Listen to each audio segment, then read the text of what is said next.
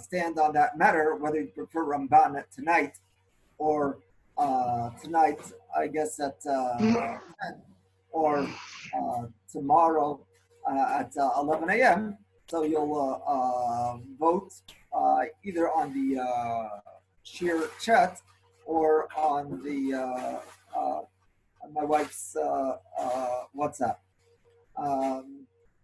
Okay.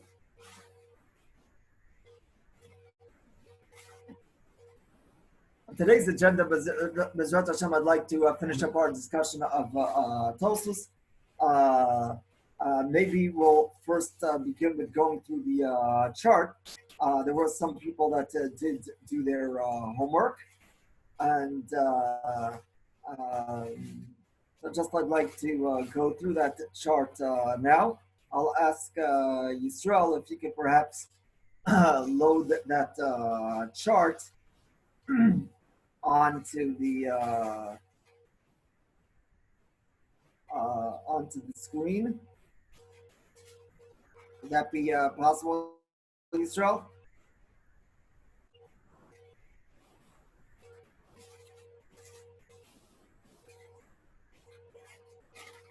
Wonderful. Thank you so much.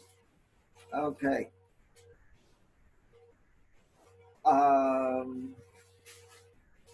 Yisrael, once you're handling things, then we'll also fill out the chart together. Okay, so again, to keep in mind, just to zoom out, so to speak, for a second, the topic which we're discussing is the follow. The Brisa tells us on Kuf Chav Gimel Beis in the Basra that in the event a animal before he died, presumably, before the Malach HaMavet shechted him. And this fellow, generally speaking, would give his Zroa Lachim to a particular Kohen. So again, I'm sorry, the Yisrael shechted an animal, but didn't have a chance to give the Zroa L'chaim and Keva to a particular Kohen. He didn't even separate off the Zroa L'chaim and Keva. That Kohen died. So the Brisa tells us that the Bukhar of that Kohen gets Pishnaim, with the understanding being that the Kohen father is considered to be Muchzak on that Zroa L'chaim and Keva. So we had Rashbam's explanation. The Gemara says this is based on the fact that we're talking about a situation like Makirei Kahuna. That generally speaking, the Yisrael would give those Matnos Kahuna to this particular Kohen. So that particular Kohen father was considered to be Muchzak on that. It's not Ro'oi, it's Muchzak. Okay, why is that so? Why does Makirei Kahuna make it into Muchzak? So Rashbam said, due to the fact that, hey, in a situation like Makirei Kahuna, there's a clear understanding, clear intention to give those Matnos Kahuna to a particular Kohen, and this clear intention somehow generates a Kinyan. On the other hand, Rashi in Gittin understood that this is based on the fact that Matnos Kahuna, even before they're actually handed over to the Kohen, they belong to the Shevet Kahuna, and in a situation where I've been giving my Matnos Kahuna particular Kohen, that the other Kohanim are Messiach and it's as if there's just one Kohen left in the Shevet Kahuna, and Tosfos understands that this is based on the fact that Makirei Kahuna says Tosfos is based on the concept of Matana Mu'etes. We have some understanding Tosfos. Either Tosfos is based on the simple reading of Tosfos is that Matana Mu'etes, the very concept of Matana Mu'etes by itself, somehow brings about the result that the father is considered to be Muchzak, which is a chidush in light of the fact that the simple reading of the Gemara Bava Metzia Memtes, the Matan Mu'etes doesn't generate a kinyan. Rav Elchanan Kovitz Shiurim understood that the concept of Matan Mu'etes in of itself does generate a kinyan, and that's why the Kohen father was considered to be Muchzak. The Stipler understood that Tosfos in the following fashion. He points out that Tosfos will agree, like you said within Rashi and Gittin, that Matnos Kahuna, before they reach the Kohen, they are owned by the Shevet Kahuna. Tosfos would say that when Tosus says that this din of Makir Kuna is based on Matan Mu'etas, what it means to say that based on the concept of Matan Mu'etas, the other Kohanim are boxed out, and therefore it's as if there's just one Kohen left in the Shevet Kuna. Very similar to Rashi. So to fill out our chart, so according to Pashas Lashon Tosus, according to Ha'im Lefi Tosus Shach Din Muchzak Mechasim Shlo B'Baile Sa'ab, can one be muchzak if there was no ownership? No ownership that the father had. So according to the simple reading of Tosus, is there a din muchzak without having proper ownership? Could unmute yourselves or on the screen. Yes. Yes. Okay. Thank you. So we would have a check over here. Yisrael, you'll put that check. Thank you very much. Okay. So in Pashas Lashon Tosus, there's a concept of muchzak, and this is unique to the simple reading of Tosus. Okay. Im b'chol matan mu'etas is a chalos kinyan. According to the simple reading of Tosus, we assume that there's a chalos kinyan by every matan mu'etas. According to Tosus by us, we don't have any such indication. So here we place next. Thank you. Ha'im Divrei Tosus, is Tosus based on the assumption that Matnas Kuna belong to the Shevet Kahuna? Well, not necessarily. You could agree that, but it's not necessarily based on that. So also here we place an X. Okay. Now Rabbi Chanan and Kovitz Shiur. According to Tosus, is the Chach Muchzak by Chasim that weren't owned by the father? Certainly not. Certainly not. Muchzak is only something owned by the father. Does every Matan Mu'etas involve a Chalos Kinyan? Yes. So yes, that's the big Chiddush of Rav Chanan. Is Tosus based on the understanding that Manos Kuna belong to the Shevet Kuna even before they're handed over? Not necessarily. So it plays over there in X as well. Okay, according to the Kilos Yaakov, according to Tosus, is there a din of muchzak by Chasim that were not owned by fathers? Certainly not. Over here, the animal was owned, the Zol Chaim Kib was owned by the father Kohen. Okay. Does every Matan Mu'etas involve a Chalos Kinyan? No, it does not. The simple reading of the Gemara Bava Metzia indicate that. Is Tosus based on the assumption that Manas Kuna belong to Shevet Kuna? Of course, yes. Okay, so that is the chart, and I would recommend people reviewing the chart in the event is not what you filled out in your in the homework. Rabbi? Okay. Yes, sir. According to the Kilos Yaakov, who understands the Tosus, it's just it's based off Matnas Kuna, based off like Shevet Kuna. So how does he see that in Tosfos? It seems like within Kilos Yaakov, the reason the Tosus brings in Matan Mu'etas is just Hikitimsa to get to basically. You're 100% correct. That's why I wrote the Kilos Yaakov. Pashas Lashon Tosus is not like the Snipler. It's not as if Tosus indicates clearly to the contrary, but you're right. That's a chidush, one which is not wild. Not a wild chiddush, but it is a chiddush, and I agree that the simple lashon of Tosus doesn't necessarily indicate that. You're right. Okay, I'd like to point out a few things concerning this chart, concerning this discussion in Tosus. Maybe first we should just go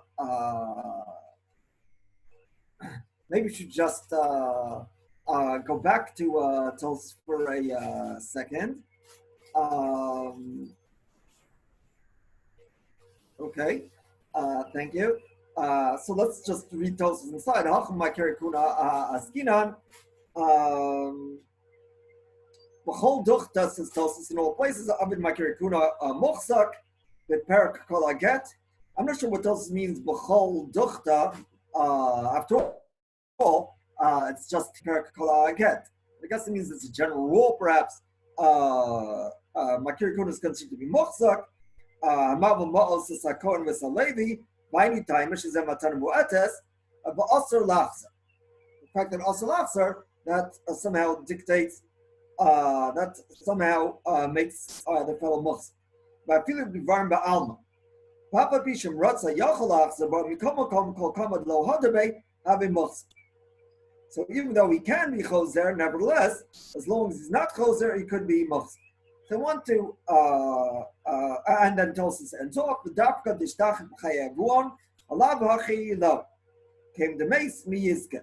Those last couple of lines maybe we'll address some point down the line, perhaps not today. Those last two lines seem somewhat obvious, and it's not clear why Tosis adds that altogether.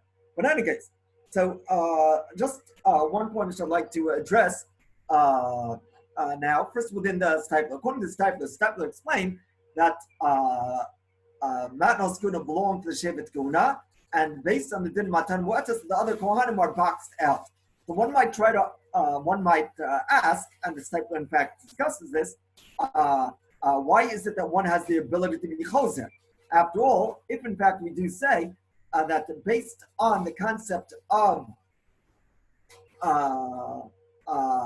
Makiri Kahuna, or based on the fact that the Zor L'Chaim Keva belong to the Shevet Kahuna, coupled with the fact that I'm not meant to be Choser Bey, if we say that that is sufficient basis for this particular Kohen father to have owned it, then why is it that the fellow has the ability to back out? What is the ability to back out? Why should that be stuck? So Rav Hanan, so the Stipler suggests the following. The Stipler in Yavamos, which we won't go into, but the basic point of the Stipler, and this was the Stipler that I sent out yesterday, I believe it was, he indicates the following. Why is it that that particular Kohen father did own the Matnos Guna? He owned the Matnos Guna because Matnos Guna, why did he own the Zor L'Chaim Mikeva? Because Zor L'Chaim Mikeva is Matnos Guna in general, so they belong to the Shevet Guna. And everybody else was boxed out, so belongs to that father, because that Kohen father, it's as if he was the only representative of the Shevet Guna. Not because he had personal ownership, but belonged to the representative of the Shevet Guna. That's the case. If, in light of the fact that from it's not meant to, one did back out from the if he did back out from the Matan Mu'ates, then again there are other members of the Shevet Kahuna that are equally entitled to this. Therefore, the muhzakas will no longer exist.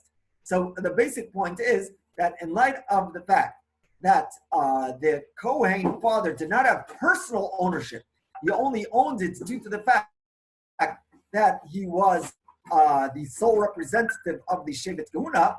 So once the other representative of the Shevet Kahuna, once the Yisrael backs out, the Mela, there are other representatives of Shevet Kahuna, and therefore that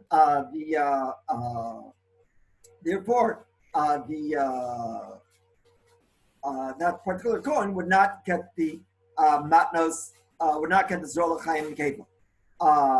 One thing which is interesting is that according to Tosus, one can be muhzak in something despite the fact that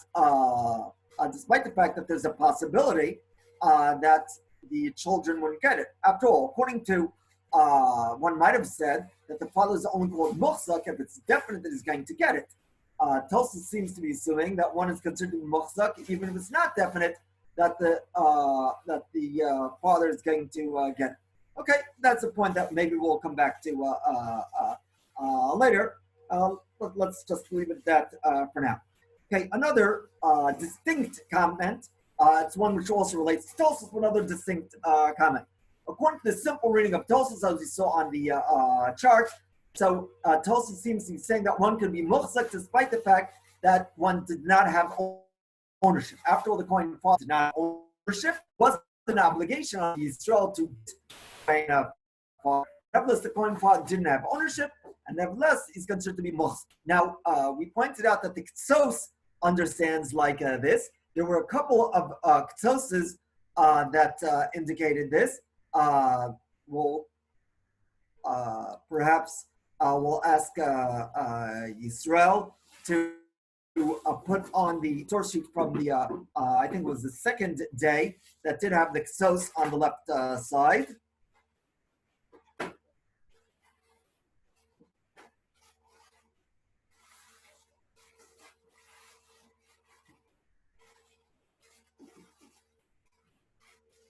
Thank you very much.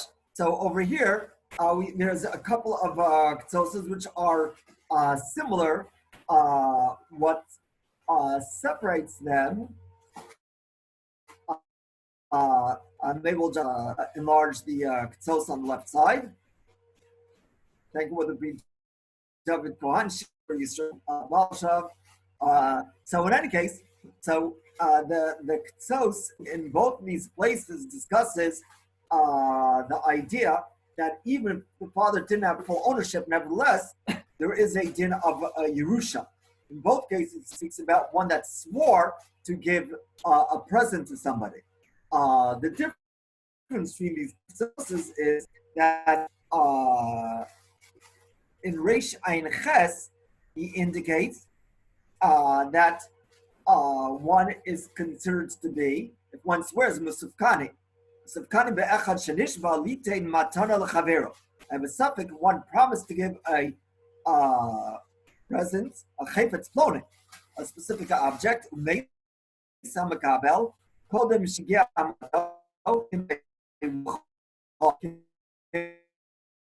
so being that Shua Kenyan should be considered to be also, and he says, and he has a right considered to be more Israel.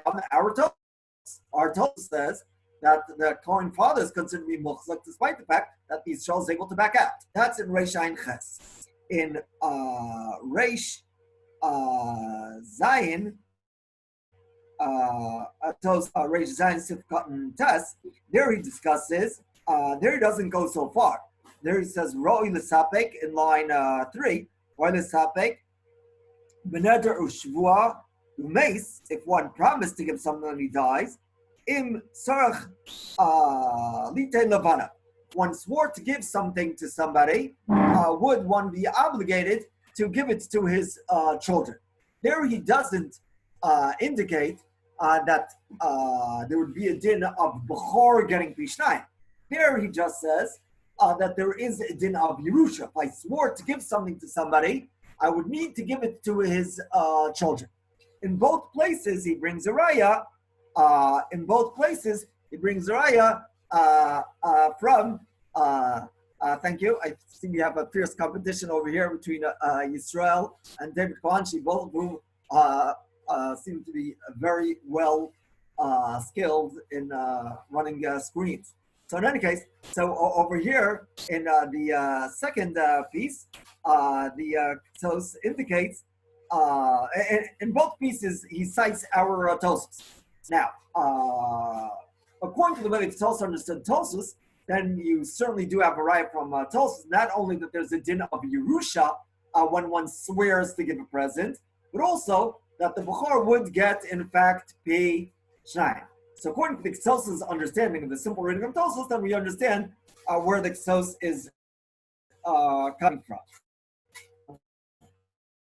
Now I would like to jump back to Rav Elchanan,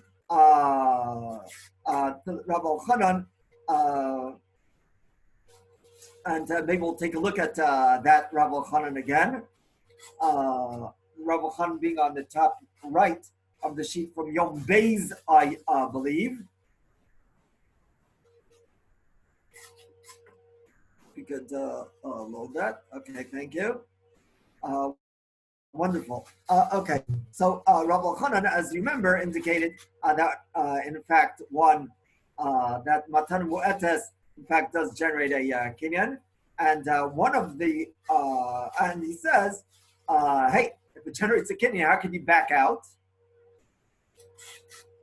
He says in line 18, he says, or is that which I just said, says Rav Chanan, or that which Tosa said in Subas, that Matan Mu'etes does generate a kinyan, you can back out, says that seems to be very strange. After all, you can back out. So how could you say that there's a kinyan on one hand, on the other hand, say you're able to back out?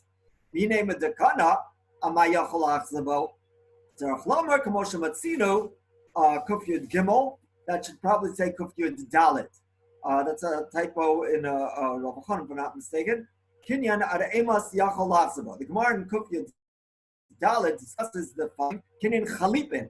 Kinyan Chalipin, Allah says that if I want to be called as something to do with Kinyan Chalipin, which involves, let's say you're selling me karka or metalklin, you want to obligate yourself to me, so I give you some kli, which you pick up, and that generates a kinyan.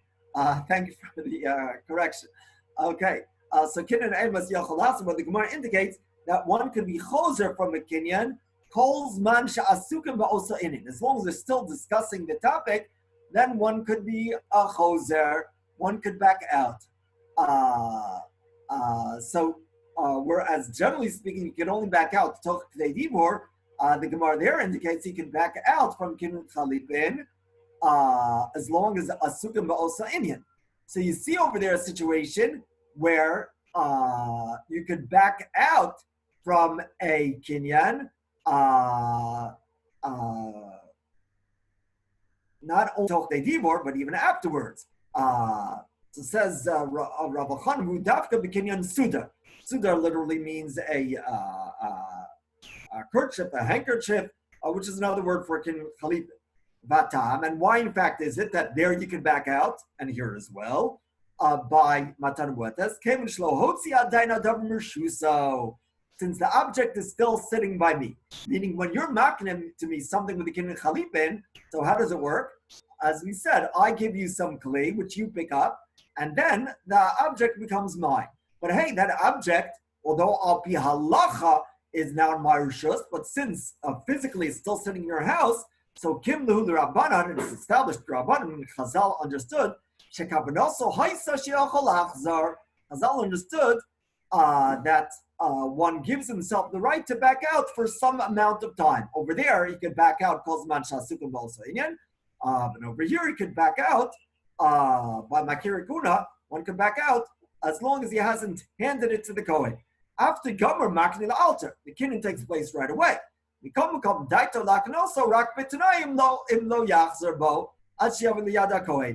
he says that I'm marking it to you when I say I'm going to give you matana mu'etes, with a stipulation, with a string attached, that I have the right to be choser until I actually hand it over to you. But if I'm not choser, then it belongs to you, lemafreya. Okay. That's Rav Chanan, which is somewhat of a chiddush. It's somewhat of a chiddush to say that it's a kinyan with a string attached.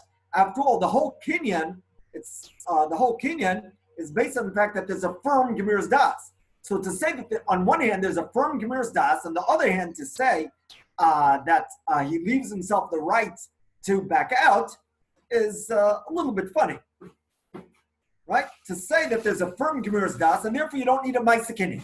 On the other hand, he leaves himself the right to back out. It's a little bit funny.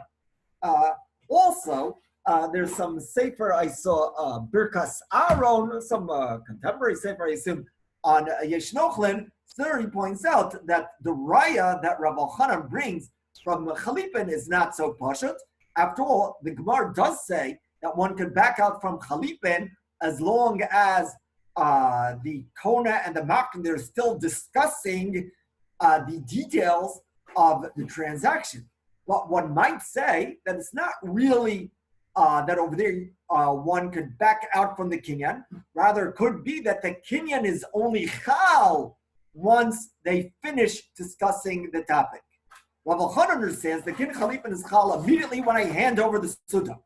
And that which one is able to back out is due to the fact that you have over here a kinyan they can back out from. one might have understood that, hey, ain't no such thing as a kinyan you can back out, unless you explicitly made it tonight. Rather, what the Gemara over there means when the Gemara says you can back out from Chalipin, Kolzman Sha'asukin, but also Inyan, that is based on the fact that the kinyan is only fully chal once they finish discussing all the details. So it's not that you have a kinyan over there which you're backing out from, but rather the kinyan is only fully chal once they finish discussing the details. Okay. Rabbi? Rav Elchanan, while we're on the topic of Rav Elchanan brought a raya. Rav Elchanan brought a raya that kin chalipin. I'm sorry, he brought a raya that matan mu'etas does about from the continuation of the sugya in Bab Metzia. This is in which line? 1 second, please. Right in line 17, he says,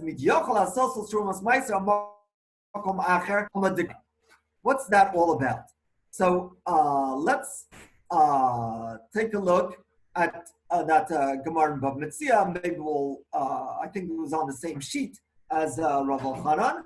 So let's take a look at that Gemara in Bab Metzia. Let's a very quick review of what the Gemara over there said. The Gemara indicated, Rabbi Hosai, that based on the concept of Matan Mu'etes, thank you.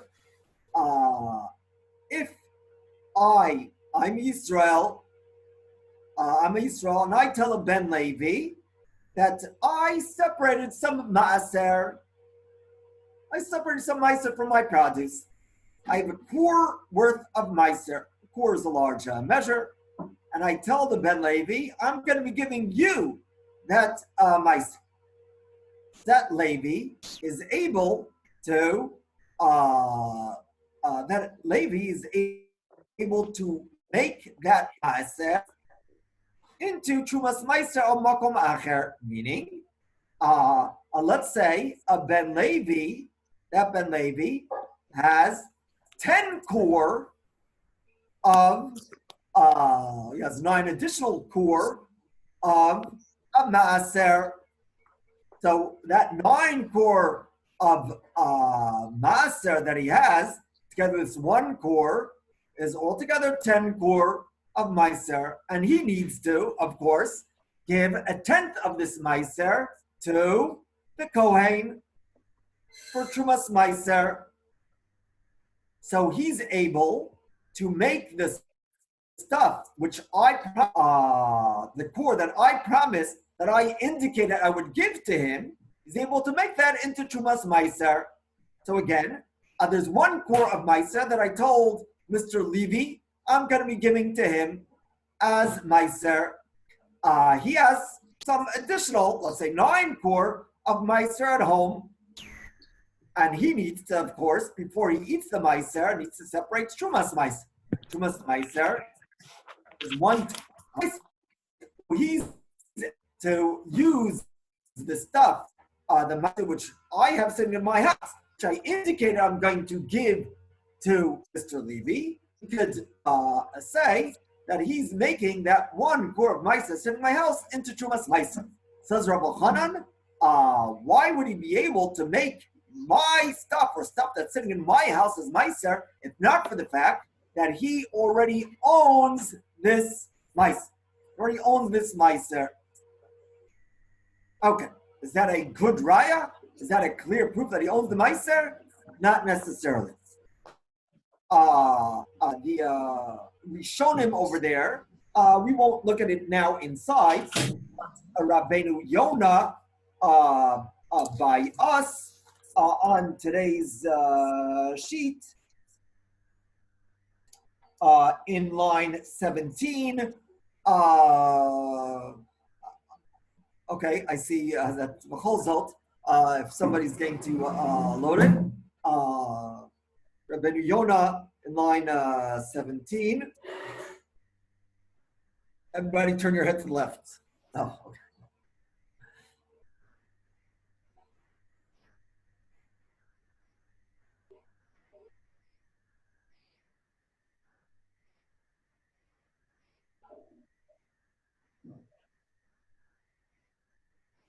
Okay, whoever it is. Thank you, David. Okay, so line 17 we have over here. Mashu Rashay Lasso, Trumas Maisa Makom Acher, that which the lady is able to make it into Trumas Maisa Makom Acher, Midi Dahave Atore Michel Chaver Rishus Chaver. What's that mean? Let's say I have Tevel at home. Can you make my stuff into Truma? Can you be mafresh on my stuff? So halacha says that if I give you permission, then you can. So similarly over here, if I give the Levi, if I tell the Levi I'm going to give him the Meiser, then in effect I'm giving him permission to do with this Meiser as he pleases. And thus, in effect, I'm giving him permission to make this Meiser into Trumas Meiser. So Rav Elchanan indicated that the fact that the Levi could make this produce into Trumas Meiser is an indication that the Levi owns the Meiser. Says Rabbeinu Yonah, that's not necessarily the case. And other Rishonim, the Shita Mekubetzes and Bab Metzia say, the fact that the Levi is able to make it into Trumas Meiser is due to the fact that I gave permission to the Levi to do with the Meiser as he pleases. So since I gave him permission to do with the Meiser as he pleases, therefore he's able to do it, make it into Trumas Meiser, not because he actually owns it. Okay. The Ktsos, again, the continuation is not critical for our understanding of Ramadan, but in any case, we'll just mention the Ktsos that I sent out separately today was not on the official Mar Makomos sheet. I sent it out on the WhatsApp. So the Ktsos, he in fact says that at first glance, the fact that the Levi can make it into Meiser would seem to be an indication that the Levi owns it. He then cites that the Shita Mekubet says, as Rabbeinu Yonah says, no, the fact that the Levi can make it into Meiser is not because he owns it, rather due to the fact that the Yisrael gave him permission to do so. After all, we know that a Yisrael could give somebody else permission to make his own stuff into a Truma. So if I, as Yisrael, could give somebody permission to make my stuff into Truma, I could also give the Levi permission to make the Meiser into Trumas Meiser. Says the Ktsos, he doesn't understand that comparison. Says the Ktsos, that doesn't necessarily make sense. It's true that a Yisrael, if I have Tevel, I can give somebody permission to make my stuff into Truma. But to say that a Yisrael could give a Levi permission to make the Meiser, which the Yisrael separated into Trumas Meiser, that doesn't follow. After all, does the Yisrael own the Meiser? Yisrael doesn't own the Meiser. The Yisrael, he separates Meiser, and the Meiser doesn't fully belong to him. And that's the case. If the Levi is able to make it into Trumas Meiser, it can't be simply due to the fact that the Levi was given permission by the Yisrael to make it into Meiser, because who's the Yisrael to be able to give permission to the Levi to make it into Trumas Meiser? It must be due to the fact that the Levi actually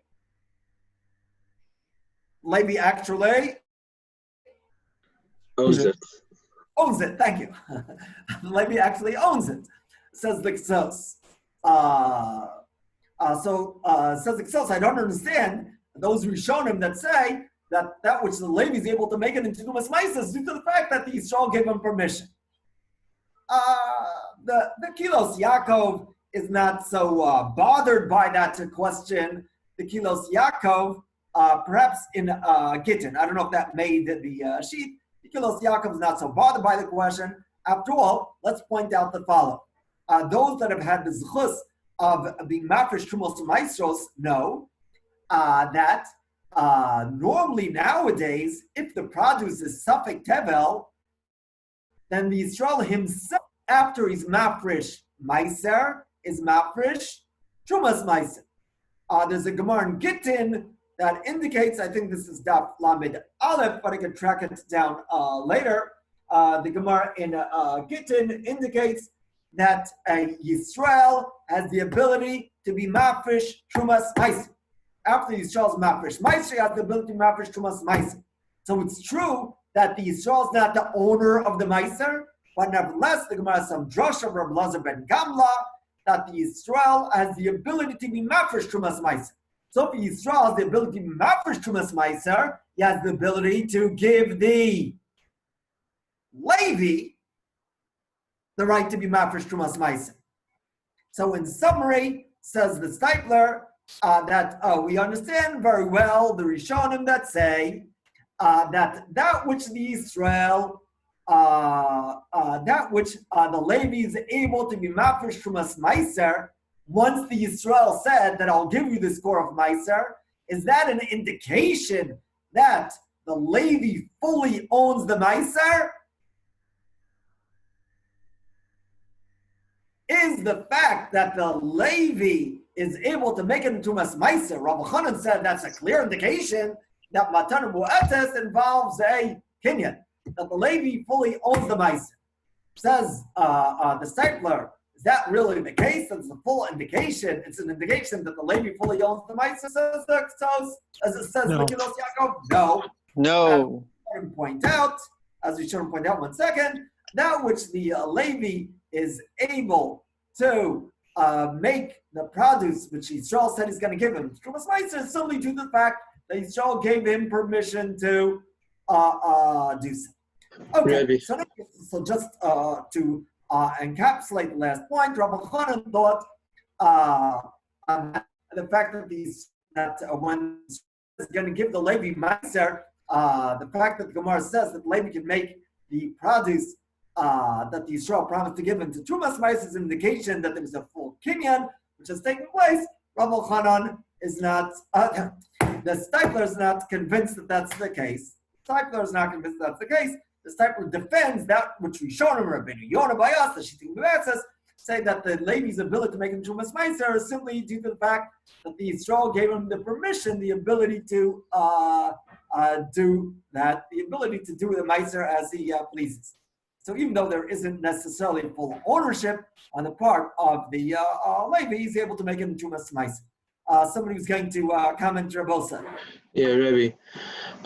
According to the Kilas Yaakov, the Yisrael only has the ability to make his own stuff into Trumas Meiser. What Well, is? he has the ability to make the Meiser, which he set aside, into Right. Trumas Meiser, and thus he has the ability to give the Levi, to transfer that right to the Levi. But again, at that point, it doesn't belong to him, It doesn't belong to to the It Yisrael. doesn't belong to the Levi yet. It's still in the Yisrael's control, so to speak. Still in the Yisrael's control, so to speak, and that is sufficient basis to, okay. Rabbi? Yes, Rabbi? sir. Just to further on what David said, I'm still not clear. How can the Israel make something else change control if he himself is not in control of it? If he is not the owner of it? Keep in mind that generally speaking, the Israel does have the Tovas Hana, the right to decide who's going to give it to. So maybe it's based on that. Again, Rab Lazar ben Gamla there in Gittin does indicate that the Israel does have the ability to make it in Chumas Meiser. It's something which is learned from a drasha. Again, my son turned on the light, so my beard came back.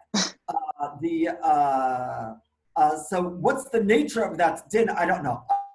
I accept that something needs to be talked about a little bit more. What's the nature of that din that the Yisrael would be able to make it into Trumas Ma'aser and thus give permission to the Levi to do so. But that is the din that Rav Lesman Gamla does state. So he owns it, but not. So he doesn't own it. It belongs to the Shevet. It belongs to Shevet Levi. The Yisrael does have some control, enough control that he's able to be mafresh Trumas Ma'aser and to give somebody else permission to mafresh Trumas Ma'aser. That's what seems to be the case. Okay. Rabbi, this Trumas Ma'aser that's being given. See, Josh. Okay. Can you see me now, Rabbi? Even though you're sideways, but I'll turn my computer. Yeah. Okay. But the fact that this Trumas Ma'aser that the Levi is setting off is not like the Trumas Ma'aser from this Ma'aser that he was given. Right, but that's not an issue. No, the halacha says that if you have Ma'aser in that any stuff which needs any Ma'aser from which one needs to take Trumas Ma'aser, and then one could make that Ma'aser into Trumas Ma'aser, regardless of here or there. There is some concept drabanan that you meant to be mafresh min hamukaf from stuff which is near, the details of which that I would need to figure out some sort of din l'chatchila, but this would be a violation that din l'chatchila of being mafresh min hamukaf. That I'm not sure. That I don't know. Yes, but according to it seems like the Stipler and the other opinions that disagree with Rabbi Chanan, it seems like this idea that the Levi can change the Truma is more of change it to becoming Trumas Ma'aser is more of a permission to affect this other person, the Ma'aser that in this other person's possession. And if that were true, he should only, and then if that's true, how can he turn this Ma'aser into his own personal Trumas Ma'aser instead of acting as, he's basically being licensed as a shliach to deal with the Ma'aser of this person, correct? This Yisrael? I guess the assumption is that the Yisrael has the ability to, just as the Yisrael has the ability to mafresh Trumas Ma'aser, he has the ability to give somebody else to make the entire thing into Trumas Ma'aser. I hear that step which you're taking, I think the step does address that.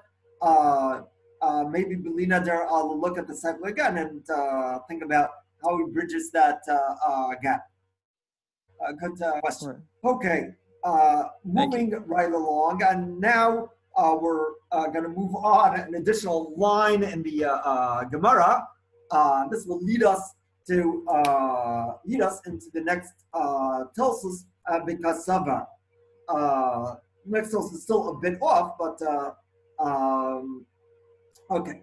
Now the Gemara over here the Gemara indicates that which the Bechor gets Pishnaim is based on Makir Kuna, but the Gemara points out the following. The Bechor is going to get Pishnaim even if one didn't actually separate off the Zerol L'chaim and Keva.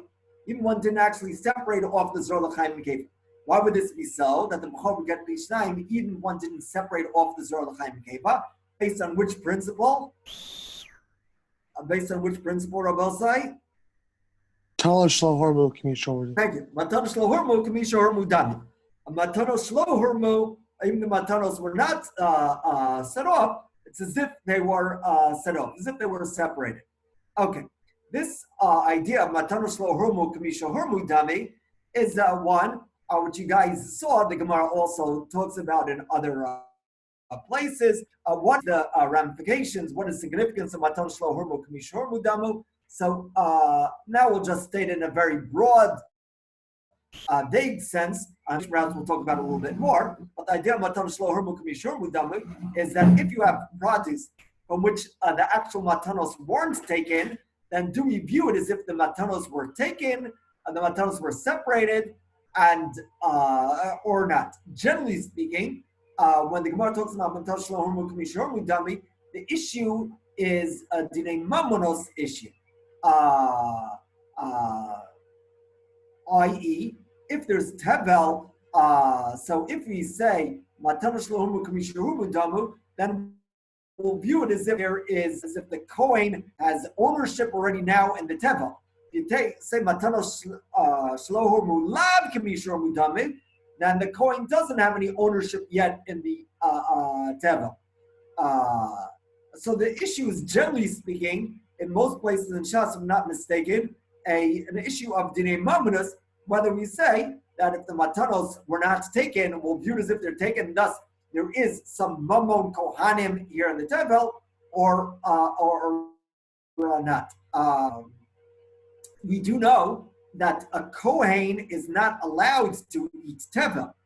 If you would say that Matanos Shlohurmu Kamishohurmu Dami means that we'll view it fully as if Kamishohurmu, then we should allow a Kohen to eat Tevel without actually separating the Truma Mice. So the issue of Matanos Shlohurmu Kamishohurmu, if I'm not mistaken, generally speaking, at least in the places where we have it in Kedushin by us and in the Dharm, is more of a monetary issue. And again, we'll talk a little bit more about the nature of this. So what role does Matan Shlohurmu play in our sugya? Well, the role that it plays is that we're talking about the Yisrael shechted the animal, but it didn't separate off the Zrol L'chaim and Keva yet. He didn't actually separate those parts of the animal. Thus, one might say, if it didn't separate those parts of the animal, then even assuming we're talking about Makir Guna, but the din Makir Guna only applies when it's actually Matnos Guna. It's not Matnos Guna yet. It still hasn't been separated off. Says the Gemara that this Brisa holds Matan Shlohurmu Kamisha Hormu Dami. Matan Shlohurmu Kamisha Hormu Dami. Parenthetically, one issue which I'll just raise is one might ask, why does the Gemara need to say that the Yisrael didn't separate off the why did the Gemara need to say that the Yisrael didn't separate off the Zrol L'chaim and Keva? We could have said that the Yisrael did separate off the Zrol L'chaim and Keva, and you wouldn't need to come on to the idea that Man Shlomu can be Yishur Mudama.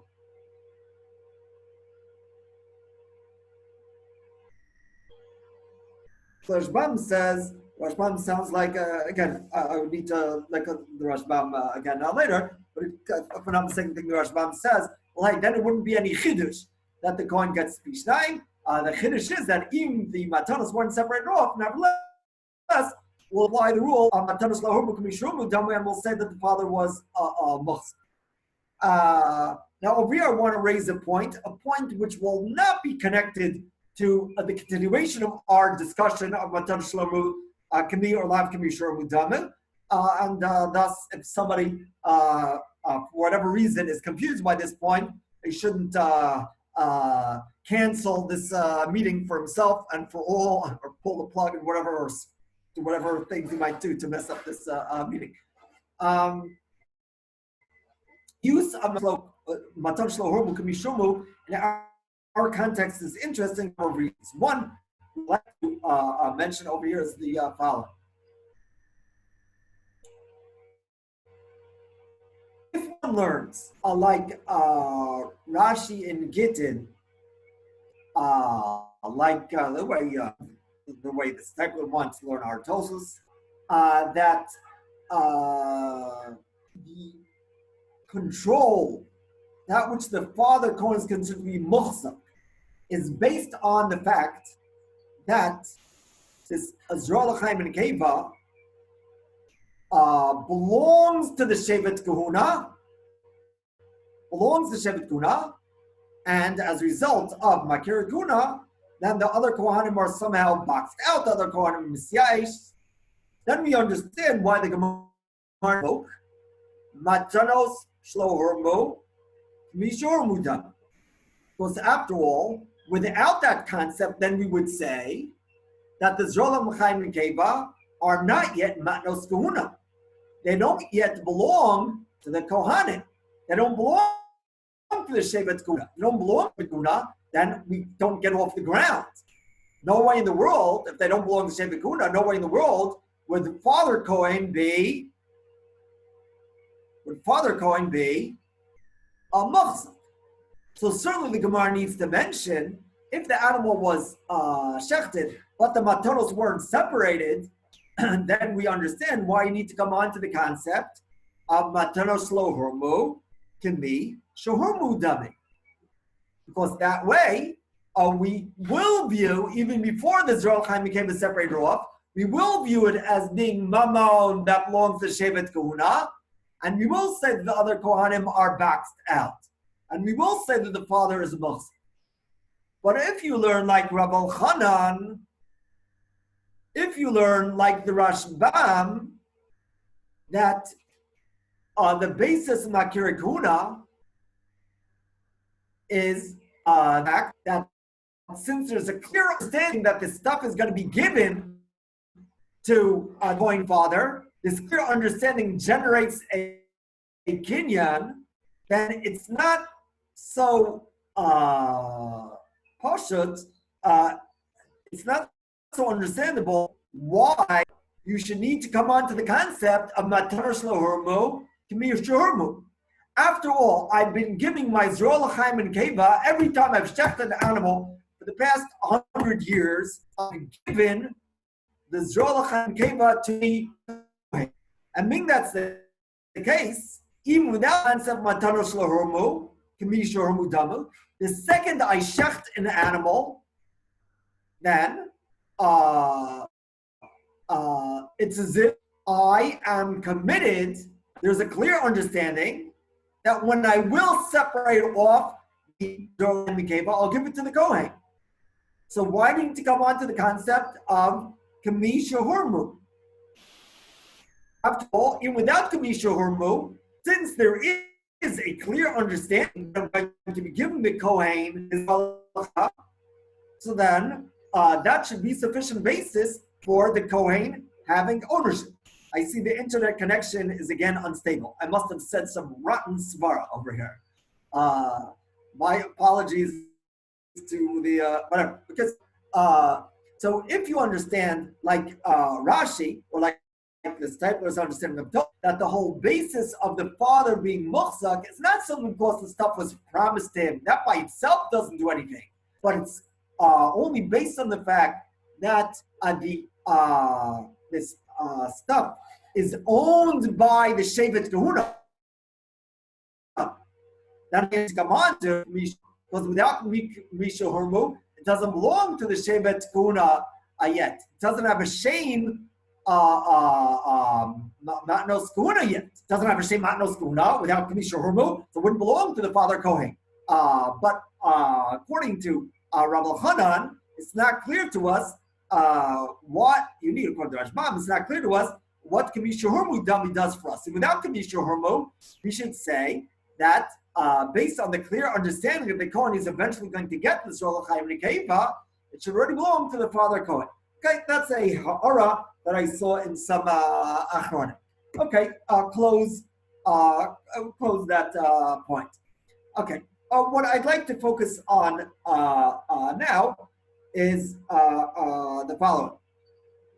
The application, I'd like to just point out another reason before we get to the sugya in Kedushin, another reason why the concept of Kamisha Hormu is interesting in our sugya. That which Gemara invokes, Kamisha Hormu in our sugya is interesting. The first point we made is interesting, the Gemara invokes it, that which the Gemara needs to come on to Kamisha Hormu to explain why the father is muhs. Our second point I'd like to make is that the whole idea of Kamisha Hormu, lav Kamisha Hormu, with respect to Zrol L'chaim and Keva in general, forget now, yes, muhsak, not muhs. The whole idea, the whole discussion of Kamisha Hormu, lav Kamisha Hormu, with respect to Zrol L'chaim and Keva, interesting. Why is it interesting? Because the thing is the following.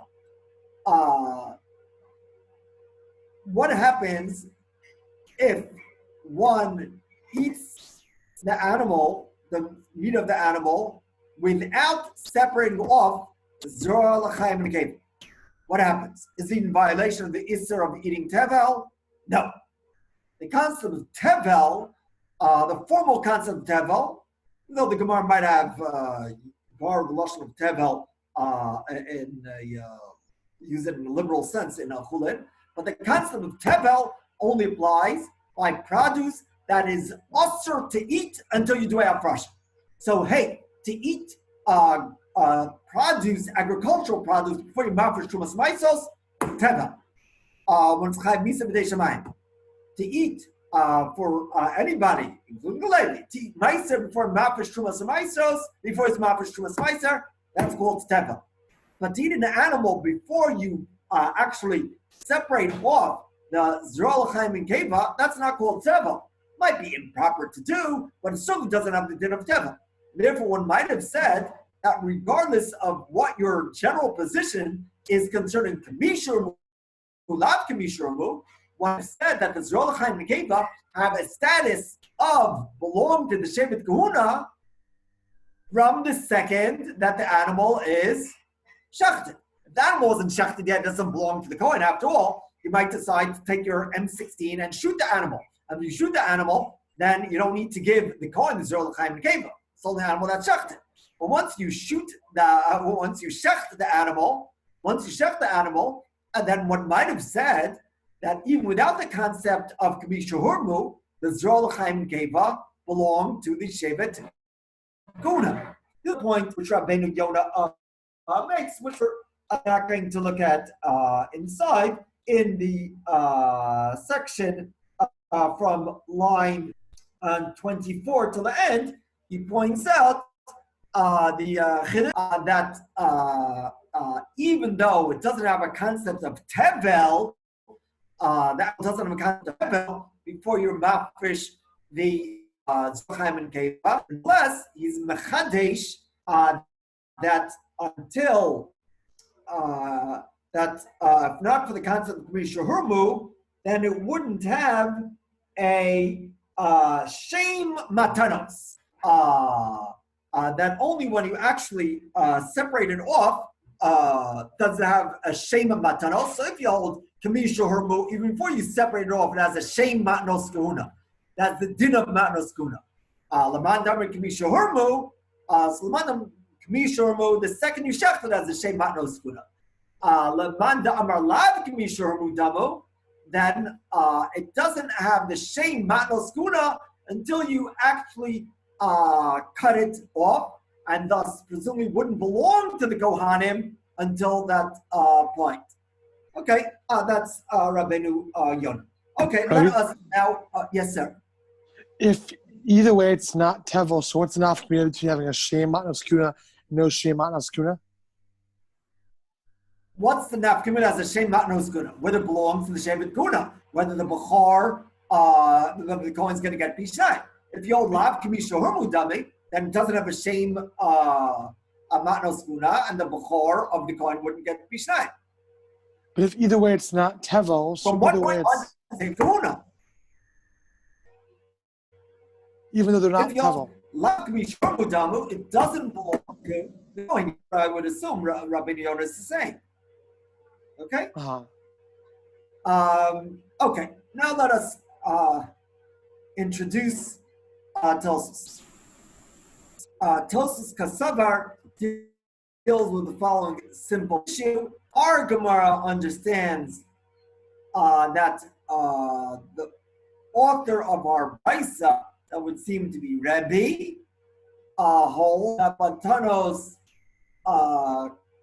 Atanos Shalo Hurmo can be Shohurmu Dami. Therefore, the Kohen father was considered. And elsewhere, we have Rebbe holding otherwise. In Kedushin, we have Rebbe holding otherwise. Let's take a quick look, Rabosai, at Tosus, because some Hurmu can be Shohurmu Damo Tema. The Besamach Mukila Kerebbe. The Sofberg based the Kedushin, Islay, the Lav Kamishur Mudami. So a stira in Rebbe. The Ishlomar, a simple answer to Tanahacha, or two simple answers to Tanahacha, no subrelate to Rebbe, Allah Bahad the Bukhar Shakal Pishnaim B'Sheva. Meaning that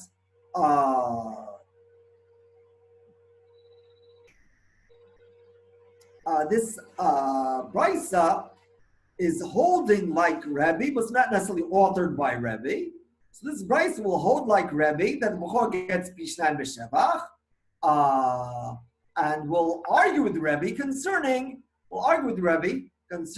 that which Rebbe lav kamisha hermu, and the author of this price holds kamisha hermu.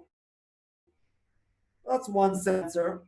Inami dafka b'matanos the trumos meiser is leila Rebbe lav kamisha hermu. Al matanos dachas royal chaim sheini karos is like kamisha hermu. Tos suggests that a Rebbe would distinguish and say at times kamisha hermu, at times lav kamisha hermu.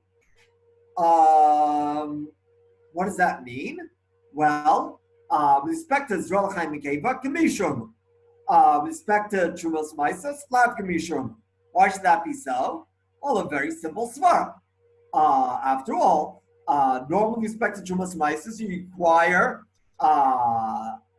to change its form, a proper Maisa Frasha. Over here, on the Zrol Chaim Mikeva, it's clear which parts are meant to be given to the Kohen, and therefore there's no need for a formal frasha, and therefore we'll say Kimi Shahermu Dem. Okay, the observant Talmidim, all are observant, but some are shy, didn't point this out, saw that our Torah is a little bit funny, as Rabbi Kveger points out in Kedushin.